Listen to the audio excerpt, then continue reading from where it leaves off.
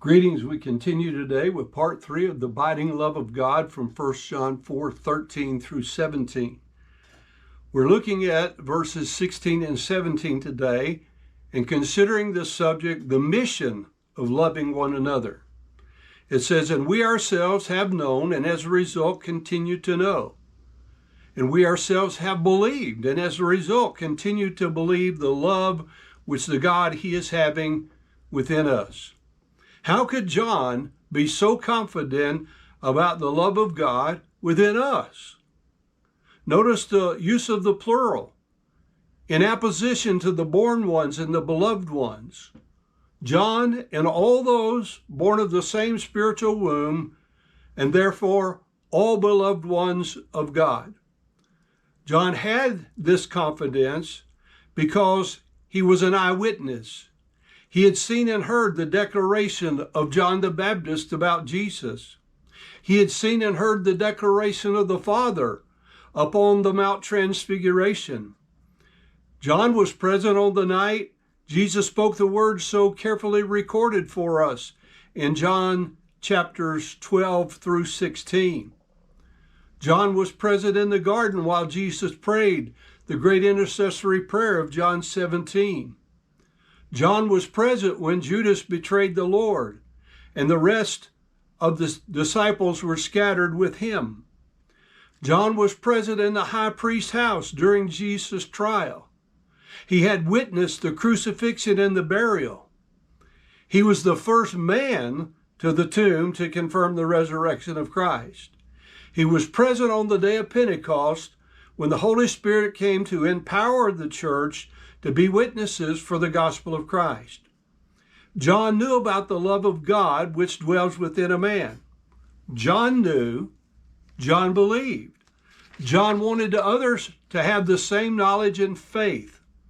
This is the stated purpose of his gospel in John 20 and verse 31. "These are written that you may believe."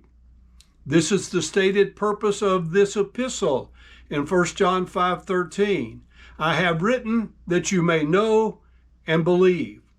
Now, John is very specific about what we have known and believed. Number one, he says, we've known and believed that God, He is love. Consider the famous verse, John 3:16. "For God so loved the world that He gave His only begotten Son, that whosoever believeth in Him should not perish, but have everlasting life."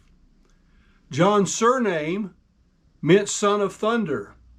And there was a day when he was ready to call down fire from heaven and consume those whom he judged unprofitable. But the abiding love of God in John's life humbled him to be a servant to seek the salvation of the lost and the edification of the saints. We know the theological rhetoric, "For God sent not His Son into the world to condemn the world, but God sent His Son into the world in order that the world through Him might be saved." John 3:17. Then he said, "And the one abiding in the love, he is abiding in God." John 3:18 continues, "He that believeth on Him is not condemned, but he that believeth not is condemned already, because he hath not believed in the name of the only begotten Son of God."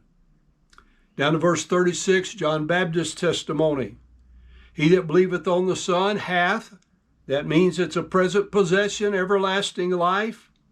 "And he that believeth not the Son shall not see life." That's a future emphatic negative. "But the wrath of God abideth," present possession, "on him."